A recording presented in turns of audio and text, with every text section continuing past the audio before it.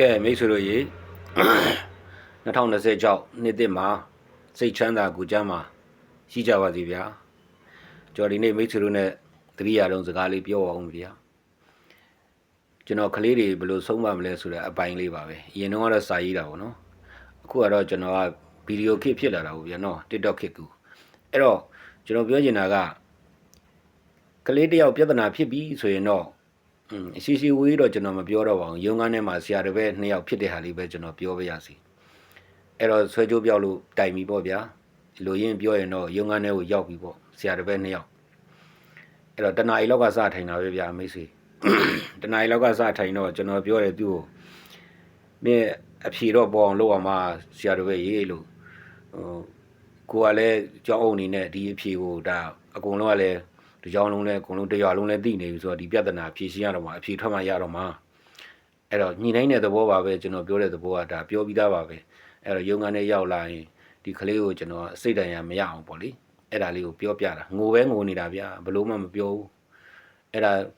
ကြောင်ဆင်းနေထိဗျာကလေးကငိုနေတာမယူဘူးပဲပြောနေတယ်မယူဘူးဆရာကြီးကျွန်တော်မယူဘူးကျဲပြောနေတာငိုပြီးတော့မှအဲ့နဲ့ကျွန်တော်ဟာသားတွေရှောက်ပြောပါညာနဲ့ဆိုတော့တိတ်သွားပြီ3နာရီခွဲကလေးကလည်းခောက်ပြီးပြကြောင်းဆင်းပြီတိုင်ဆရာတွေဘယ်လိုလုပ်မလဲမင်းကြောင်းကဆင်းပြီအဲ့တော့ဒီမှာပဲအိတ်ုံပါဆရာတော့အဖြေမထွက်သေးရတော့ဆရာဒီလိုပဲနေရမှာပဲမတတ်နိုင်ဘူးမင်းနဲ့ဆရာနဲ့ဒီရုံးခန်းထဲမှာအိတ်ုံပါကွာဘာညာနဲ့ကျွန်တော်စိုက်ကိုလျှောက်ပြောတော့သူပြောခဲ့တယ်ဗျကျွန်တော်ဆရာကြီးကိုဝန်ခံတော့မယ်တဲ့ဟာဟုတ်ပြီဟေးလို့အဲ့တော့ဘာပြောလဲဆိုတော့ဆရာကြီးဒီလိုလုပ်ပါတဲ့ဆရာကြီးကအဲ့ဒီဆွဲကြိုးဖို့ကိုခဏစိုက်ထားပြီးတယ်ဟဲဟုတ်လားအဖြေကအဲ့လိုသူစိတ်ကူးတာနေမှာပေါ့အဲ့ဒါဆွဲကြိုးဖို့ဆရာကြီးကခဏစိုက်ထားပြီးတဲ့ပြီးရင်ကျွန်တော်ဆရာကြီးကိုဆွဲကြိုးဖို့ပြန်ဆက်မှာပေါ့တယ်ဟာမင်းဟုတ်ပြီလေဆရာကဒီဆွဲကြိုးဖို့တော့စိုက်ထားပါပြီတဲ့မင်းကဘယ်ချိန်ပြန်ဆက်မလဲဆိုတော့ तू ကဟိုပါပေါ့ဗျာကျွန်တော်တို့ဆယ်စင်းမှာရေခဲချောင်းရောင်းကောင်းတာဟုတ်ဗျာຫນွေရာသီကြတော့ तू ကယူသားသားပါအဲຫນွေရာသီမှာ तू ရေခဲချောင်းရောင်းပြီးတော့မှဒီလိုပဲမိဘကူလှုပ်ပေးနေတယ်ကလေးကဒါရိုးသားတဲ့ကလေးပါအဲ့ဒါနဲ့ကျွန်တော်မှအံ့ဩလို့ဗျာမိတ်ဆွေဘယ်လိုပြောမလဲနော်ဟောကျောင်းအုပ်ဘွားရောက်တာဒီလိုကလေးမျိုးဟာကျွန်တော်ကလည်းရင်းနှီးအောင်လုပ်တာကိုအဖြေလည်းထက်ခိုင်းတာကိုဆိုတော့ तू ကျွန်တော်ဟိုဒါဘလို့ပဲဆိုဒါအဖြေတစ်ခုရမယ်လို့ तू ပြောထားတဲ့အတိုင်းကျွန်တော်အဖြေထွက်ပေးတာပေါ့နော်ကျွန်တော်မှလေအဲ့ဒီမှာစိတ်မကောင်းဖြစ်တာဩ तू မယူတာဘူးတော့ဒါဟိုတေချာ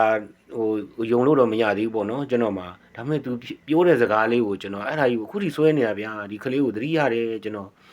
အဲ့ဒါအဲ့လိုနဲ့ကျွန်တော်လဲဒါလက်လျှော့လိုက်ရတာပေါ့ဗျာစိတ်မကောင်းဖြစ်တာနဲ့ကျွန်တော်အဲ့ဒီနေ့ကဲဆရာတပည့်ပြန်တော့ဆိုပြီးတော့မှပြန်လွတ်လိုက်တာနောက်2ရက်လောက်နေမှဒီစပီကကျွန်တော်2ရက်လောက်နေတော့မိဘလာခဲ့တယ်ဗျာကျွန်တော်စီကိုဟာဆရာကြီးလိုပဲတဲ့ဟဲ့ဗာလဲပြောသားဟဲ့သမီးရဲ့ပါညာဆိုတော့ဆရာကြီးတဲ့အဲ့ဒီကလေးကမယူဘူးဆရာကြီးတဲ့ကလေးရဲ့ဆွဲကြိုးကအိယာထဲမှာကျသွားတာတဲ့ तू အဲ့ဒါကြောင့်မို့ဆွဲကြိုးကပျောက်တယ်လို့ဖြစ်တာကျမအမှားပါလေအဲ့ဒါပြဿနာတက်ပြီမင်းတို့အေးကဲအဲ့ဒါလေးကျွန်တော်အဲ့ဒီကလေးရဲ့ပြောစကားတွေပဲနားထဲမှာကြားနေတာဩ तू ရေခဲချောင်းဆက်မယ်ဆိုတဲ့ဟာပဲကျွန်တော်ကြားနေတာစိတ်မကောင်းဖြစ်တာပေါ့လေဒါကြောင့်မို့ तू ဩတော်တော်ကိုကျွန်တော်ချစ်သွားဗျာအဲ့ဒီကလေးအခုချိန်ထိပါကျွန်တော်ဒီကမြိတ်ကြတယ်ဒီကလေးပြောတဲ့စကားတွေကိုလေဩစိတ်ဓာတ်ကလေးကအင်မတန်ချစ်စရာကောင်းတဲ့ကလေးပဲလို့ तू အဲ့လိုမျိုးပေါ့အကုန်လုံးသူ့မိဘတွေနဲ့လည်းရင်းနှီးကြတာဟုတ်ဗျာအဲ့ဒါဆိုတော့ကျွန်တော်ကဒါနှစ်ဖက်မိဘအကုန်ခေါ်ပြီးတော့မှပြောပြလိုက်ပြီးအကုန်လုံးပြည်လေတော့ပါပြီအကုန်လုံးသူတို့လည်းဒါတောင်းပန်ကြပြုကြနေဆိုတော့ကလေးရဲ့ရှေ့ရေးကိုကျွန်တော်စဉ်းစားပြီးဒီတိုင်းတာဒီအကြောင်းကိုဒါဒီလိုထုတ်လို့ရှိရင်ဒီကလေးရဲ့သမိုင်းကြောင်းဟာမကောင်းနိုင်ဘူးဆိုပြီးတော့မှကျွန်တော်ကအဲ့ဒီမှာ21ရက်2012ခုနှစ်မှာတလပိုင်း2012ခု21ရက်နေ့မှာကျွန်တော်စုပွဲခန္ဓာလုပ်တဲ့အချိန်မှာဒီကလေးကိုကျွန်တော်ဇာတိတအထူးစုကျွန်တော်ပေးလိုက်ပါတယ်ဗျာမိတ်ဆွေကျွန်တော်သူ့စိတ်ဓာတ်ကလေးကိုကြီးကျွန်းလုံးမို့ဒါကြောင့်အဲ့ဒီမှာရှိတဲ့ပေးသက်တွေကလေဖြစ်စဉ်ကိုလည်းကျွန်တော်စင်မြင့်ပေါ်မှာပြောပြရတယ်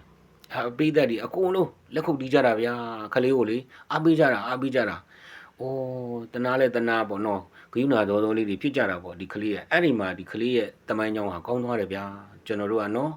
ကျောင်းအုပ်ကြီးတယောက်အနေနဲ့ရမ်းပြီးဆုံးဖြတ်လိုက်ရင်တော့ပြဿနာတက်ပြီးဒီကလေးရဲ့ရှည်လည်းကောင်းမှာမဟုတ်တော့အခုတော့ပိုကောင်းသွားတာပေါ့သူစိတ်ဓာတ်ကလေးလည်းပိုပေါ်လွင်သွားတာလေကျွန်တော်ကိုရေခဲကြောင်ရောင်းပြီးဆက်ပတ်မယ်ဆိုတဲ့စကားလေးကလေဒါတကယ်ဖြစ်ရမှန်နေတာအဲ့လိုဖြစ်တော့ဒါကြောင့်မိဘတွေနော်ကျွန်တော်တို့ရဲ့နော်လူကြီးတွေတာသမီတွေဆုံးမတဲ့အခါမှာအပြစ်တင်မစောဘူးအရေးကြီးတယ်ကျွန်တော်တို့ကတေချာလေးလာစဉ်းစားဆုံးဖြတ်ပြီးတော့မှ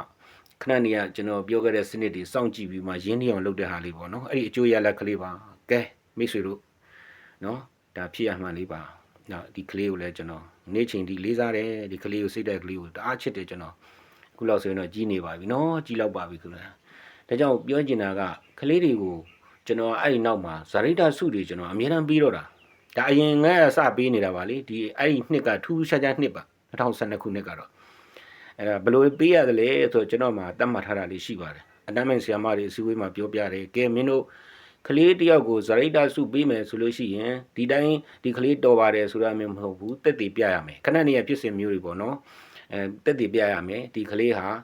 ယူသားမှန်ကန်တဲ့အကြောင်းဒါဇာရိတစုပေးဖို့ရတင့်တဲ့အကြောင်းအတမ်းမိုင်နေဖြစ်စဉ်နေနဲ့ပေးရမယ်ရထရွာတယ်လဲကျွန်တော်တို့ကြည့်ရမယ်မိဘတဲ့အိမ်တွေမှာလဲသွားလေ့လာမယ်အဲ့ဒါမှန်ကန်တဲ့အနေထားရှိမှကျွန်တော်တို့ကကော်မတီလေးဖွဲ့ပြီးတော့မှအဲ့ဒါလေးကိုနှစ်စဉ်နှစ်တိုင်းဇာရိတစုကိုကျွန်တော်တို့ထူးစုအနေနဲ့ပြီးတာပေါ့ဗျာနော်ဒါကြောင့်မိတ်ဆွေတို့ကြီးနော်ဟိုဆရာတစ်ပည့်တွေများနော်ဆရာဗီဒီယိုလေးများကြည့်ပြရင်တော့ဆရာတို့လုပ်ခဲ့တဲ့အတိုင်းတာလေးဟာအဓိကကလေကျွန်တော်တို့ကဇာရိတပဲလူဘဝရဲ့အနာဂတ်ကဇာရိတကောင်းမှုလိုပါတယ်ဒါကြောင့်ကျွန်တော်တို့ဒါဇာရိတကောင်းအောင်ကျွန်တော်အမြဲတမ်းကြပြလေးနဲ့ဆုံးပါတယ်ဗျာကျွန်တော်အဲ့ဒီမှာဓမ္မစကူးလုပ်တော့ကိုယ့်တဲ့ကြီးကိုယူသည်ကိုယ်နဲ့တန်းတို့ကြီးမြောက်ကိုယ့်အောက်ကလူတနာသူများအသိမပြောနဲ့ကိုယ့်တယောက်တည်းသိအောင်နေဘသူတရားပြက်မိမိတရားမပြက်စီနဲ့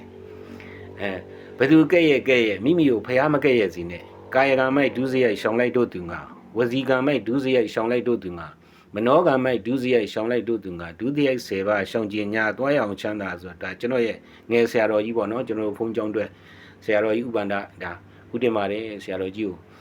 ဒါလေးနဲ့ကျွန်တော်အမြဲတမ်းဓမ္မစကူးမှာခန္ဓာဖွင့်နိုင်တယ်ဒါလေးနဲ့ကျွန်တော်အမြဲတမ်းဆိုပြီးဆုံးမခဲ့တာဘလောက်ကောင်းလဲဗျာကိုယ့်ရဲ့ကြီးကိုယူသေးရမယ်ကိုယ်နဲ့တန်းတူရင်ကြီးမြောက်နေရာပေးလိုက်ကိုယ်နဲ့တန်းတူတယ်ဆိုရင်ကိုယ့်အောက်ကလို့ဆိုရင်တနာသူများအတင်းမပြောနဲ့ပြဿနာဖြစ်တာဒီအတင်းနေပြောလို့ပဲကိုယ့်တယောက်တည်းတင်းအောင်နေဘသူကဲ့ရဲ့မိမိကိုဖျားမကဲ့ရဲ့စီနေအေးဗျာအဲ့ဒီဟာအဓိကပဲဒါလေးကိုကျွန်တော်သင်ပြတော့ဒုစရိုက်10ပါးအကြောင်းပေါ့ဗျာနော်ကာယကံနဲ့က3ပါးဝစီကံနဲ့က4ပါးမနောကံနဲ့က3ပါးအဓိကကဒီဒုစရိုက်တရား10ပါးကကျွန်တော်တို့ကငငယ်လေးရတာဒီကလေးတွေဒီဒုစရိုက်တရား10ပါးအကြောင်းရှင်းပြပြောပြတယ်ဆိုလို့ရှိရင်တော့ဒါဘဝကျွန်တော်တို့လိုချင်တဲ့ပန်းတိုင်မှာနော်ခုကျွန်တော်တို့ခင်ဗျားတို့ကျွန်တော်တို့သွားနေကြတဲ့နိဗ္ဗာန်ပေါ့နော်အဲ့ဒီခရီးကိုတော့ဖြင့်ကျွန်တော်တို့က90ရာခိုင်နှုန်းဒါကျွန်တော်အနေနဲ့ထောက်ခံပါတယ်ဒါကြောင့်ငငယ်ရွယ်ကလေးကတာသမီတွေကလေးတွေကိုဇရိတမှန်ကန်အောင်ဒါဒုစရိုက်တရား10ပါးလေးကိုတော့နော်ကာယကံနဲ့က3ပါးနော်တက်ခိုးမှုတက်အသက်တာသူများပစ္စည်းခိုးတာနော်သူများတာမယာအိုးအိမ်ဖြစ်စည်းတာအဲ့ဒါကာယကံ3ပါးရှောင်းပါနောက်တစ်ခါစကားပြောတဲ့နေရာမှာလိန်ညာပြောတဲ့စကားဂုံးတိုက်တဲ့စကားနောက်ကြမ်းတမ်းတဲ့စကားနဲ့တိမ်ဖြင်းစကားအဲ့ဒါလေးယူဆက်ရမယ်အဲ့တော့အဲ့ဒီဝစီကံတွေက4ပါးမနောကံတွေကမနာလိုစိတ်တွေနော်မနာလိုစိတ်တွေသေလိုတဲ့စိတ်တွေနော်မကောင်းစိတ်တွေကြံတာပေါ့ဗျာအဲ့ဒီ3ပါးအလုံးပေါင်းလိုက်ရင်10ပါးကိုင်းဒုစရိုက်တရား10ပါးနဲ့နော်သာသမီတွေတပည့်တွေနော်မိတ်ဆွေတို့ကြီးဆုံးမပေးကြပါလို့ပြောကြရင်ဒီကုန်းချုပ်ပါတယ်ဗျာအားလုံးကျမ်းမာချမ်းသာကြပါစေစိတ်ချမ်းသာကိုယ်ကျမ်းမာရှိကြပါစေဗျာကျေးဇူးလည်းတင်ပါတယ်အားလုံးနော်လေးစားပါတယ်ဟုတ်ကဲ့